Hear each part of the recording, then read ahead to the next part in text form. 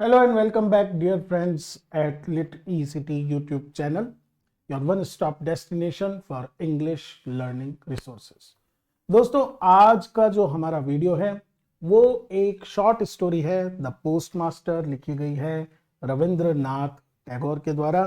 एक बहुत ही heart touching ये स्टोरी है जिसके अंदर टैगोर डिस्क्राइब करते हैं अ रिलेशनशिप, अनयूजुअल रिलेशनशिप, एक ऐसा संबंध जो एक पोस्टमास्टर और एक छोटी बच्ची के बीच में बनता है and how it develops, what happens, ये सारी चीजें इस स्टोरी के अंदर है। We will discuss all these things, the summary of the story in detail, and also talk about the themes, major themes of the story. तो start करते हैं आज का लेसन। हमेशा की तरह एक छोटा सा इंट्रोडक्शन, एक brief introduction. Writer Rabindranath Tagore, who is very popular, he is a giant figure, बहुत बड़ा इनका नाम है। 1861 में इनका बर्थ हुआ और 1941 में इनकी डेथ हुई। He is a towering figure. Towering figure का मतलब है he is very much one of the greatest figures, not only just in literature, in Indian literature, but also he is a great ambassador of Indian culture. उन्होंने पूरे विश्व के अंदर भारतीय कला संस्कृति इसको आगे बढ़ाया। One of the most influential thinkers of the 20th century. Yes, thinkers also. बहुत सारे इनके दिए हुए कॉन्सेप्ट्स, बहुत सारी इनके विजन्स वो मॉडर्न इंडिया को रिप्रेजेंट करते हैं। He is a polymath. Now polymath, बहुत सारे वीडियोस के अंदर इस वर्ड को डिस्कस करा है मैंने। Is a person who is expert in many fields, जो बहुत सारे फील्ड्स में रिनाउंड होता है, फेमस रहता है। He was a poet, a novelist, a playwright, a philosopher, a musician. इतने बड़े म्यूजिशियन हैं कि इनके पर्टिकुलर म्यूजिक को रविंद्र संगीत के नाम से जाना जाता है, इनके नाम पर। Painter and social reformer and at the same time an educationist, वो एक बहुत बड़े शिक्षा शास्त्री भी हैं। अगर हम बात करें पर्टिकुलर लिटरेचर की, he is known for his collection of poems, that is Gitanjali, गीत अंजलि, सॉन्ग ऑफरिंग। और ये जो बुक थी, इसने टैगोर को इंट्रोड्यूस करा वेस्टर्न वर्ल्ड को, और western world was surprised by the beauty, by the freshness of these songs. In fact ये सबसे बड़ा एक रीजन था, he won Nobel prize in literature in 1913। और न केवल इंडिया के बल्कि फर्स्ट नॉन यूरोपियन पर्सन थे जिनको ये अवार्ड मिला था। आप समझ सकते हैं कितना बड़ा अचीवमेंट और कितना गहरा इंपैक्ट था टैगोर का western thinking of that time, जो अपन कहते हैं 20th सेंचुरी की बिगिनिंग में थी। Tagore was fondly known by many names like Gurudev, the Bard of Bengal, and these names highlight his profound influence, his deep influence, उनका जो गहरा प्रभाव था on Bengali and Indian culture। मैं साथ के साथ आपको बताता चलूं, इनको नाइटहुड भी मिला था, लेकिन जलियांवाला बाग जब कांड हुआ था उसके प्रोटेस्ट में, उसके विरोध में ही रिटर्न्ड दिस पर्टिकुलर अवार्ड। इसके अलावा उन्होंने ये और भी इसमें इंट्रोडक्शन में थोड़ी सी बात, उनका जो लिटरेरी करियर जो बहुत लंबा चला, 60 इयर्स, बहुत यंग एज के अंदर टैगोर शॉर्ट स्टोरीज लिखने लग गए थे। ये बात बहुत गौर के काबिल है, क्योंकि लंबे समय तक उन्होंने स्टोरीज लिखी, प्लेज लिखे, सॉन्ग्स लिखे, नॉवेल्स लिखे।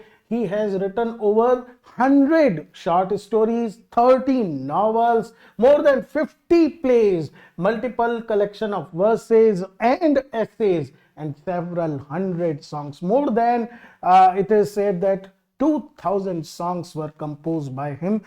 अब आप समझ सकते हैं कितना प्रोलिफिक टैलेंट इनके पास था।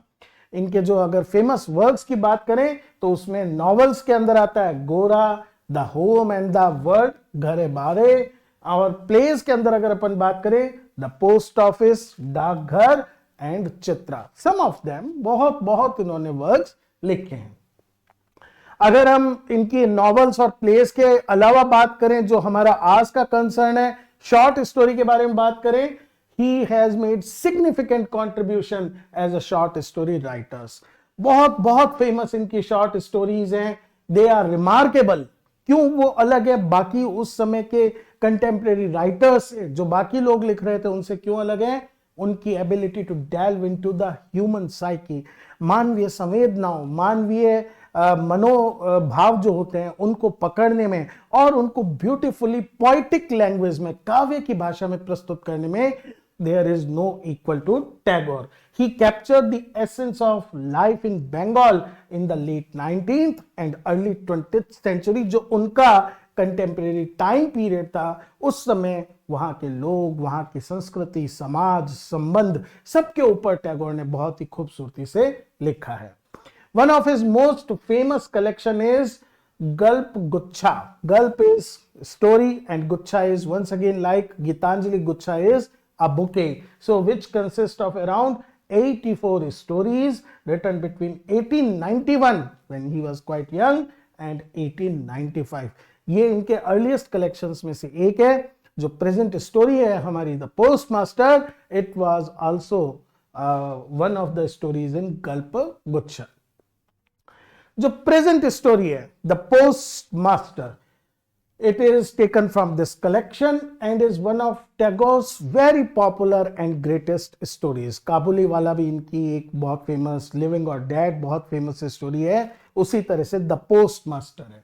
It was first published in 1891 in the literary magazine Bharatvarsha, और भारतवर्ष द इंडिया वो एक लिटरेरी मैगजीन है जिसमें फर्स्ट टाइम टैगोर ने ये स्टोरी पब्लिश करी थी।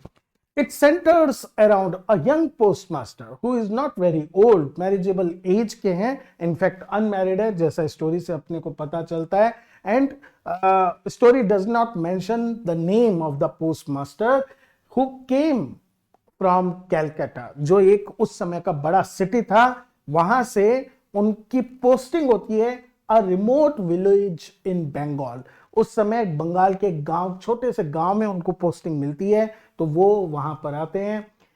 एक बड़ी इंटरेस्टिंग बात है यहां पर कि टैगोर ने ये जब स्टोरी लिखी उस समय वो मैनेजिंग हिज एस्टेट, उनके फोर फादर्स का लंबा चौड़ा एस्टेट था, जमीन थी। He was working as a manager to his estate at Shahzadpur and it is assumed, ऐसा माना जाता है, he knew a particular postmaster at that time. This particular postmaster may have inspired Tagore to write a story. जो inputs हैं शायद उस person से, उसके साथ किसी इंटरैक्शन से हुए हों। अनदर इंपॉर्टेंट थिंग, टैगोर ने अपने लाइफ में एक ऐसी जगह भी रहे हैं जब रेंट पर उनके घर में पोस्ट मास्टर एक रहा करता था। So in fact post master and post office is one of the common recurring, bar bar repeat होने वाली थीम्स है। चलिए बात कर लेते हैं अब स्टोरी की ब्रीफ में। जो स्टोरी की ओपनिंग है वो होती है introduction of a young man. जो पोस्ट मास्टर है, कैलकाटा में इसका बर्थ हुआ है, वहीं पर ये बड़ा हुआ है। His first job as postmaster in the small village name is Ulapur. Ulapur नाम का एक छोटा सा गांव है, वहां इनका पोस्टिंग होता है।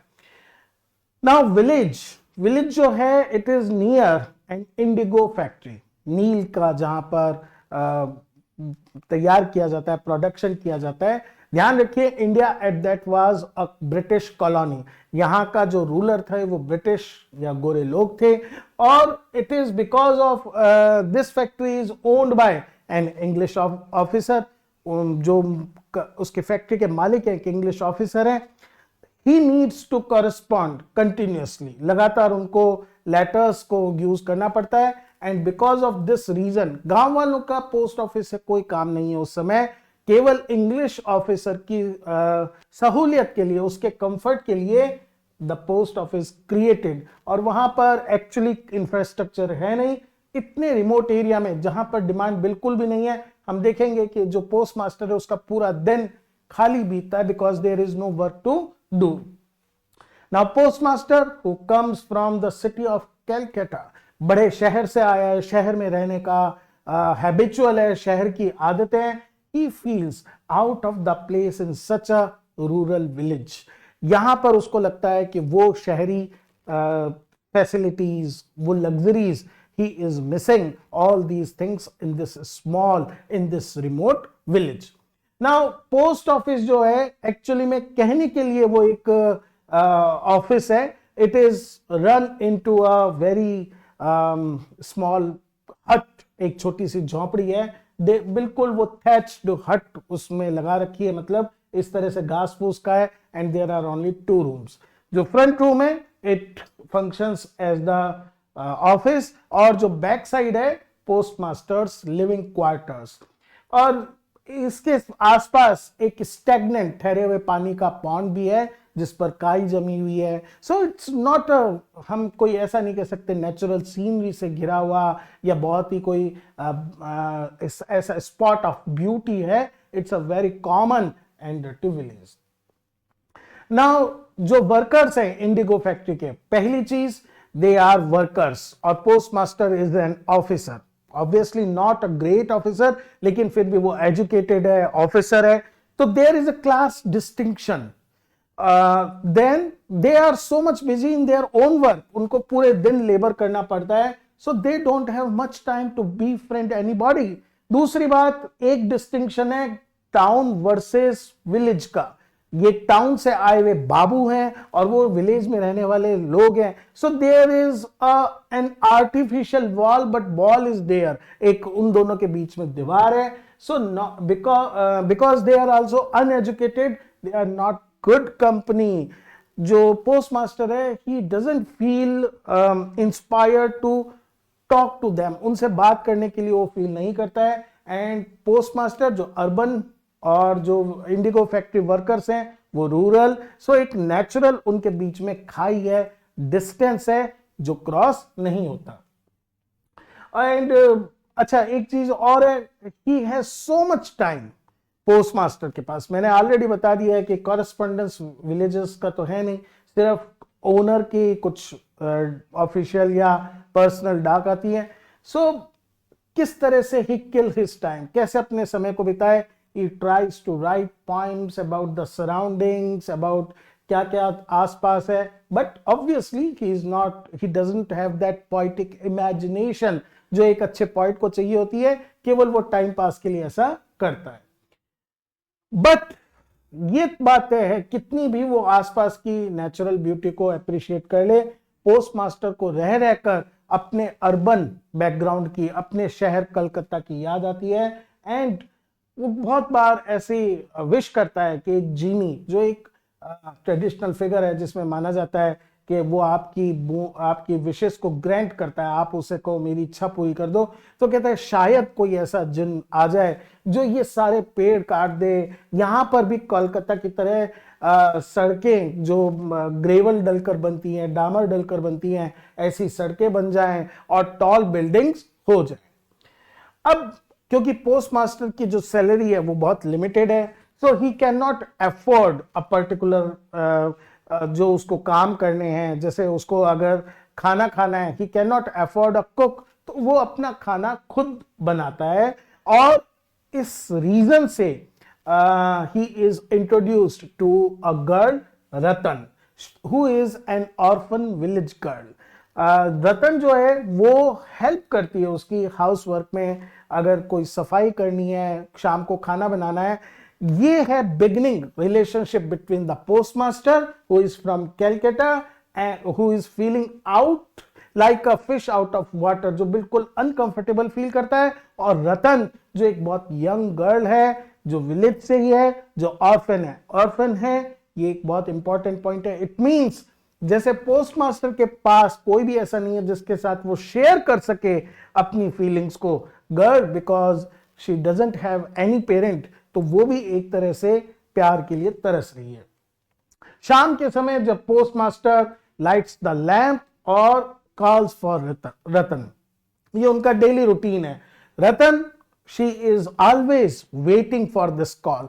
शी इज ईगर कि कब पोस्ट मास्टर उसको आवाज दे रतन, और वो कहे.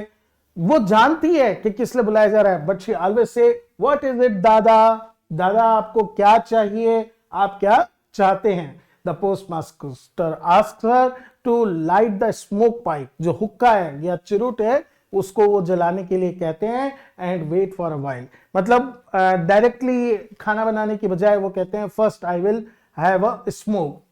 और उसके बाद जब वो स्मोक कर रहे होते हैं, जब ये प्रोसेस चल रही होती है, he has little conversations daily, रोज थोड़ी थोड़ी बात करते हैं रतन के साथ। रतन से पूछते हैं what do you remember about your childhood, तुम्हारे को क्या क्या ध्यान है। Ratan is not very good at the past memories. She remembers कि हाँ मेरी मदर की तुलना में मेरे फादर मुझे ज़्यादा प्यार करते थे, और साथ में एक पर्टिकुलर मेमोरी उसकी बहुत डिस्टिंक्ट है, क्लियर है कि किस तरह से वो अपने ब्रदर के साथ प्ले करा करती थी, फिश कैचिंग को प्ले करा करती थी। मतलब एक्चुअली में वो कैच नहीं करते थे, लेकिन आसपास जो स्टिक्स बनी हुई होती पड़ी हुई होती थी, तो उससे वो ऐसा प्रिटेंड करते थे पॉन्ड के पास बैठकर कि मान लो वो फिश कैच कर रहे हो। ये कुछ ऐसी स्टोरीज थी जो रतन शेयर करा करती थी पोस्टमास्टर के साथ। वो इस तरह से ये talks they will go on late, और खाना बनाने में कई बार इतनी लेट हो जाती थी that the postmaster and Ratan feel quite lazy and uninterested and tired कि अब कौन खाना बनाएगा खाएगा। And what they did do, they would just eat the leftover chapatis of the morning of the lunch time। जो बचा खुचा होता था वो खाकर पोस्टमास्टर सो जाते थे और रतन चली जाती थी। So gradually as the time passed, इन दोनों के बीच में पोस्टमास्टर और रतन के बीच में एक बॉन्ड, एक रिलेशनशिप डेवलप होनी शुरू हो गई। और now not only postmaster asks Ratan, ना केवल पोस्टमास्टर रतन से पूछते थे, he would also tell her about his own family, जो वो कलकत्ता के अंदर रहती है उसके बारे में बताया करते थे, किस तरह से यंगर ब्रदर हैं, मदर है, उनकी एक सिस्टर है, और किस तरह से जो पोस्टमास्टर है उन सबको बहुत ज्यादा मिस करता है। अब जब रतन ये कहानी सुनती तो रतन को ऐसा लगता कि yes I also know them, कभी मिली नहीं है वो ध्यान रखिए, but she is a very young girl. तो उसको सुनते वो दिमाग में इमेजिन करती ओके उनके पोस्टमास्टर दादा बाबू के छोटे भाई ऐसे लगते होंगे, उनकी बड़ी सिस्टर ऐसे लगती होगी, और जल्दी ही रतन की इमेजिनेशन में वो लोग क्वाइट फैमिलियर हो गए। और जिस तरह से दादा बाबू या पोस्टमास्टर अपने फैमिली मेंबर को एड्रेस करते, रतन भी उनको उसी तरह से एड्रेस करने लग गई। She starts to feel quite close, और वो रतन पोस्टमास्टर बाबू से और उनकी फैमिली से इतना क्लोज फील करने लग गई कि शी थॉट, वो ऐसा सोचती थी, she is also one of the members of the family, वो भी उस फैमिली का हिस्सा है। यहां हमें ये ध्यान रखना चाहिए that Ratan is an orphan girl, और एक being an orphan, she wanted that warmth, that love of a family. Now one afternoon, it was the monsoon season। देखिए जब मानसून सीजन और एक रूरल एरिया, सो बहुत ज्यादा बारिश हो रही होती है, and it is quite a natural अर्ज, एक मन में इच्छा होती है पोस्टमास्टर के कि काश उसके पास ऐसे समय में एक फीमेल कंपेनियन, एक उसकी ऐसी साथी होती जिसको he could have open his heart, अपने दिल की बात वो बता सकता। Because whole atmosphere is filled with dark clouds and wet grass and singing birds. Postmaster को ऐसा लगता कि ये जो बर्ड्स सिंग कर रहे हैं, they are singing about his agony, वो भी मानो उसके मन की जो पीड़ा है उसको अभिव्यक्त कर रहे हैं। काश वो ऐसा सोचता, there were someone he could share mutual love, जो उसके इक्वल होता, जो स्टेटस में, जो क्लास के अंदर उसके जैसा होता, जिसके साथ वो अपने मन की बात को शेयर कर सकता। Even the song of the bird, जो बर्ड का सॉन्ग है, वो भी सेम फीलिंग को एक्सप्रेस करता है। ऐसी एक इवनिंग को पोस्टमास्टर रतन को बुलाता है। रतन उस समय पेड़ से कच्चे अमरूद खा रही होती है, और वो कहता है why you waste your time like this, चलो I will teach you to write down alphabets, Bengali alphabets मैं तुम्हें लिखना सिखाता हूं। And he starts with very simple vowel sounds and then gradually move to double vowels then consonant, और इस तरह से रतन का एजुकेशन स्टार्ट होता है। Because of the endless rain, रोज लगातार बारिश हो रही है, देयर इज मतलब हर तरफ पानी पानी हो जाता है, पुडल्स ऑफ वाटर हो जाते हैं, even it is impossible to travel on foot. लोग स्मॉल बोट्स जो टेम्परेरी उन्होंने बनाई हुई होती है उससे आते जाते हैं। Now one morning Ratan is there waiting for the call of babu, जो उनको वो दादा बाबू बुलाती है, but there is no summon, कोई आवाज नहीं आती। It is time of her daily lesson, लेकिन अंदर से कोई बोलता नहीं है। She enters the room after some time, she tries to find out what is happening, अभी तक दादा बाबू ने आवाज क्यों नहीं दी है। पहले उसको लगता है दादा बाबू, because he is on the bed, lying on the bed, तो he must be taking rest, शायद वो अभी तक आराम कर रहे हैं। बट जैसे ही वो मुड़ती है वापस जाने के लिए, फीबल वॉइस में, कमजोर आवाज में, पोस्टमास्टर उसको वापस से बुलाते हैं और he informs her that he is actually feeling quite sick and he needs somebody to take care of him. उनको किसी की जरूरत है जो उनकी हेल्प या मदद इस समय देखभाल कर सके। Suddenly there is a transformation, बदलाव आता है। रतन जो एक यंग गर्ल है, she becomes a nurse, a very caring nurse, just like a mother. जैसे एक मदर अपने बच्चे का पूरा ध्यान रखती है, रतन also begins to act like a nurse. She goes and call for the doctor, local doctor है उसको बुला के लेकर आती है। पोस्टमास्टर टाइम टू टाइम अपनी पिल्स, अपना मेडिसिन ले रहे हैं, उसके पास रात भर बैठी रहती है। प्रिपेयर जो एक इल पर्सन को फूड देना होता है, दलिया या कोई भी, वो बनाकर देती है। और टाइम टू टाइम ये कंफर्म करती रहती है that the postmaster is feeling better, वो लगातार उसको इस तरह से ध्यान रखती है। इवेंचुअली द पोस्टमास्टर रिकवर्स, उसकी तबीयत सही हो जाती है, बुखार उतर जाता है।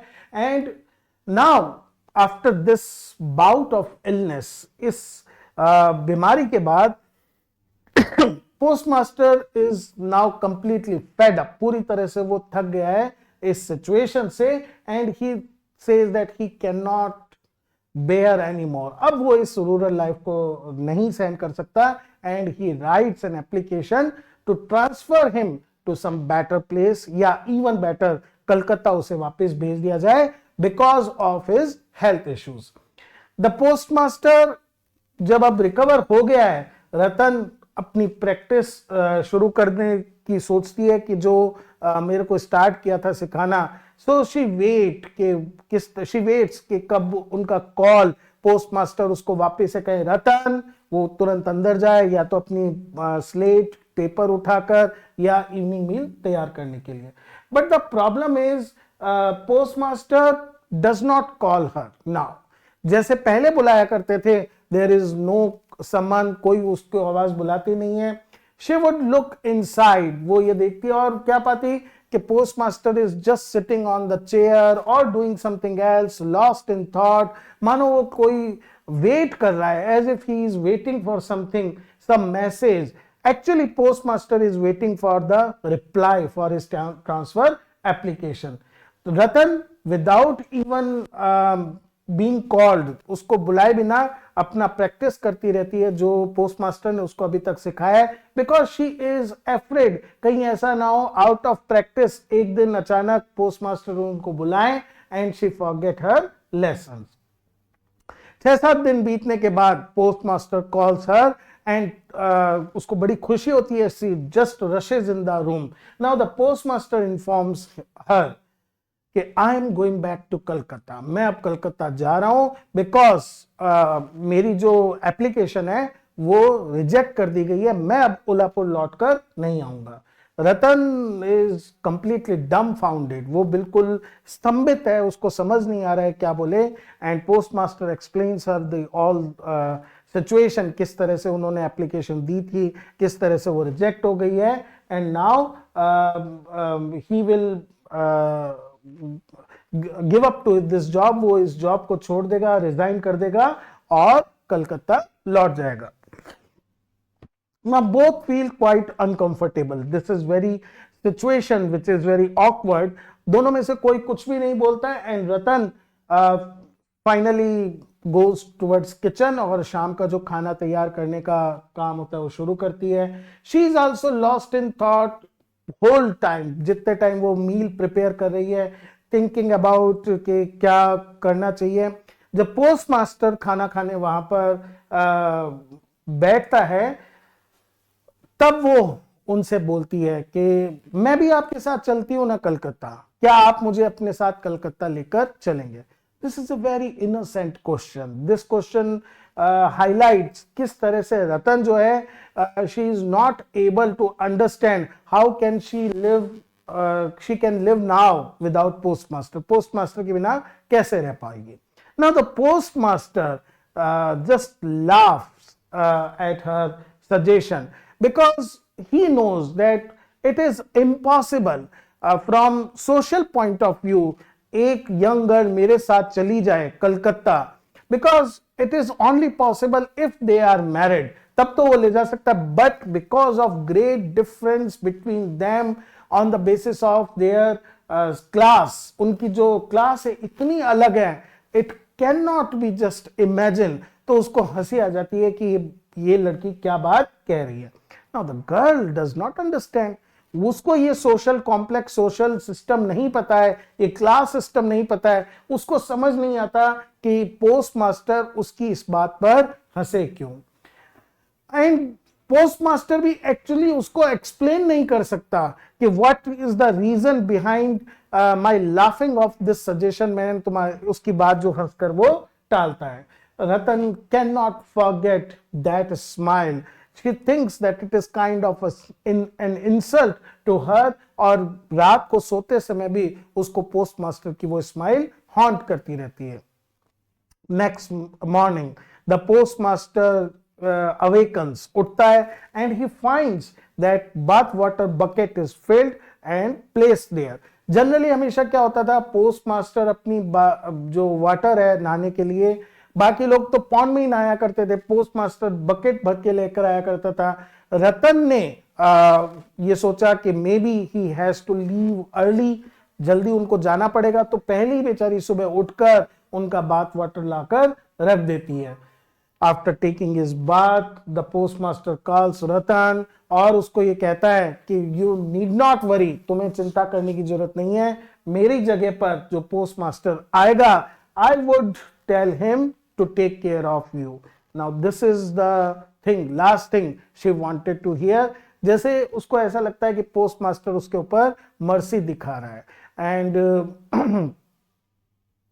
एक्चुअली में तो पोस्ट मास्टर का इंटेंशन यही था कि yes I care for you and I understand you will feel alone after I have gone. मेरे जाने के बाद तुम्हें अकेला महसूस करेगा. लेकिन पोस्ट मास्टर समझ नहीं पाता लड़की के मन में क्या चल रहा है. रतन एक्चुअली स्टार्ट्स वीपिंग लाउडली. बहुत, उसने आज तक कभी कंप्लेंट नहीं करी थी. पहले भी पोस्ट मास्टर ने उसको डांटा होगा, but she always remained calm. But now she is not able to take this statement. उसको ऐसा लगता है it is an insult to her caring, जैसे कि उसके लिए फर्क नहीं पड़ता कि पोस्ट मास्टर कौन है. She begins crying and tells the postmaster, tells दादा बाबू, प्लीज आपको ऐसा करने की कोई जरूरत नहीं है. You need not to tell anyone to take care of me. और यहां तक कि वो ये कहती है कि आप क्या सोचते हैं आपके जाने के बाद मैं यहां रहूंगी. I will also leave उलापुर, मैं भी उलापुर से चली जाऊंगी. Now the postmaster is baffled, confused. उसको समझ नहीं आता what may be the reason behind this reaction. उसका ऐसा रिएक्शन क्यों है, क्योंकि आज तक उसने इस तरह की स्टेट के अंदर कभी नहीं देखा था रतन को. न्यू पोस्ट मास्टर अराइव्स, कुछ दिनों बाद वहां पर आता है एंड ओल्ड मास्टर सारा जो चार्ज है अपना उसको देने के बाद now he starts to begin his journey backwards. Just before going he once again calls Ratan. उसके पास अपनी सैलरी है, उस सैलरी में से अपना केवल किराया रखकर वो बाकी जो सम है, बाकी जो राशि है वो उसको दे देता है रतन को, that it will help you for some time. Once again जब पोस्टमास्टर कहता है ये तुम्हारे को पैसा कुछ समय के लिए मदद करेगा, रतन फेल ऑन हर नीज, वो घुटनों के बल बैठ जाती है, and once again she starts weeping and saying I don't need any money, मुझे पैसा नहीं चाहिए, और उसके बाद वहां से दौड़कर चली जाती है। पोस्टमास्टर साय वो बहुत ज्यादा मतलब दुखी भी है इस चीज के लिए, और अपना लगेज लेकर एक कुली उनके साथ है, and they go to the pond जहां पर बोट खड़ी हुई है। जब वो अपनी जर्नी बोट के अंदर स्टार्ट करते हैं, नाउ उसको ऐसा लगता है कि ये जो वाटर है it is like the earth is weeping out, पूरी जो यहाँ की उलापुर की जमीन है वो जोर जोर से रो रही है, मानो वो भी इंडिकेट कर रही है। Postmaster is filled with annoying sadness, उसको समझ नहीं आता है कि ऐसा क्यों वो फील कर रहा है, as if there is a burden on his heart, और उसको ऐसा लगता है रतन का वो जो चेहरा दुख से भरा हुआ है वो उसकी आंखों के सामने बार बार आता है। लेकिन द पोस्टमास्टर नोज, चाहे कुछ भी हो जाए, ही कैन नॉट गो बैक, वापस नहीं जा सकता है, एंड अगर वो जाए और वो चाहे तो भी वो रतन को अपने साथ नहीं लेकर आ जा सकता है। There are certain social rules which had to be followed, जिनका उसको पालना करनी ही पड़ेगा।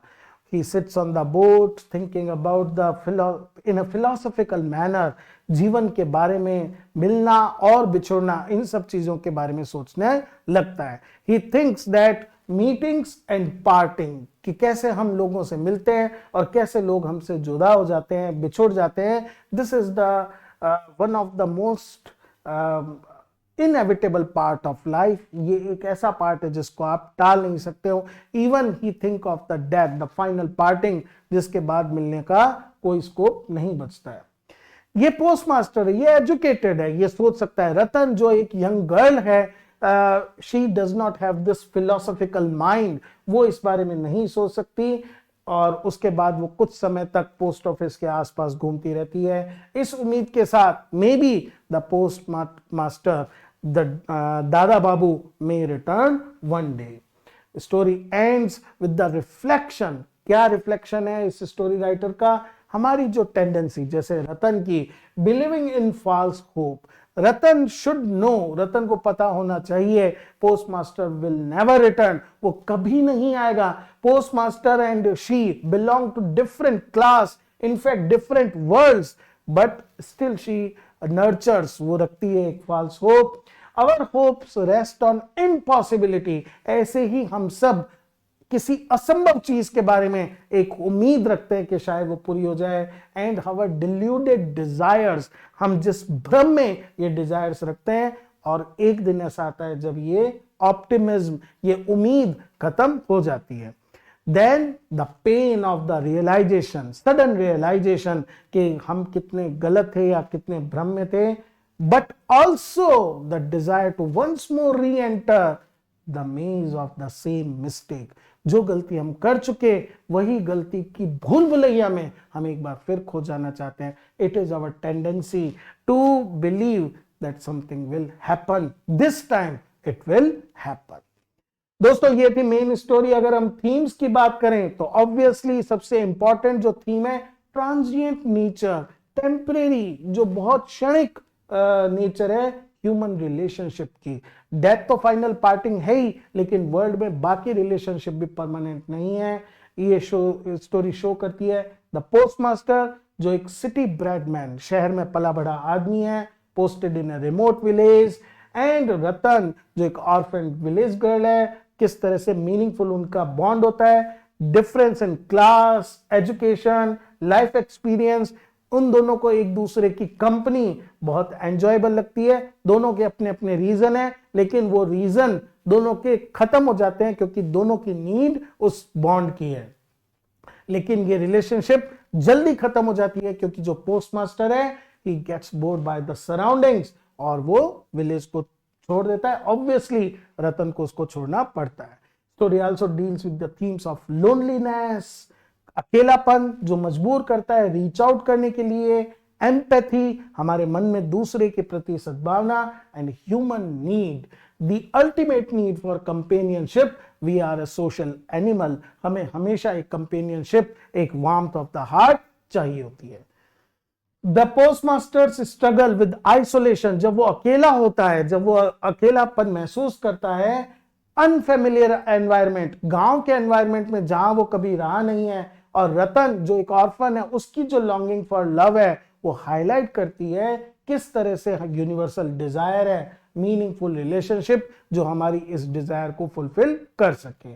स्टोरी शो करती है कैसे क्लास डिवाइड जो है, अर्बन रूरल, या फिर एजुकेटेड अनएजुकेटेड, या फिर higher class upper class and lower class, और कैसे ये ह्यूमन रिलेशनशिप को डिफाइन करती है। The story is about the need for companionship, love and emotional consequences, क्या परिणाम निकलता है सच बॉन्ड्स आर ब्रोकन, जब किसी भी कारण से ऐसे बॉन्ड्स टूटते हैं। So this is your story for now. दोस्तों ये था हमारा आज का video. Very soon we will come with another video. Till then keep watching, keep supporting. Thank you friends.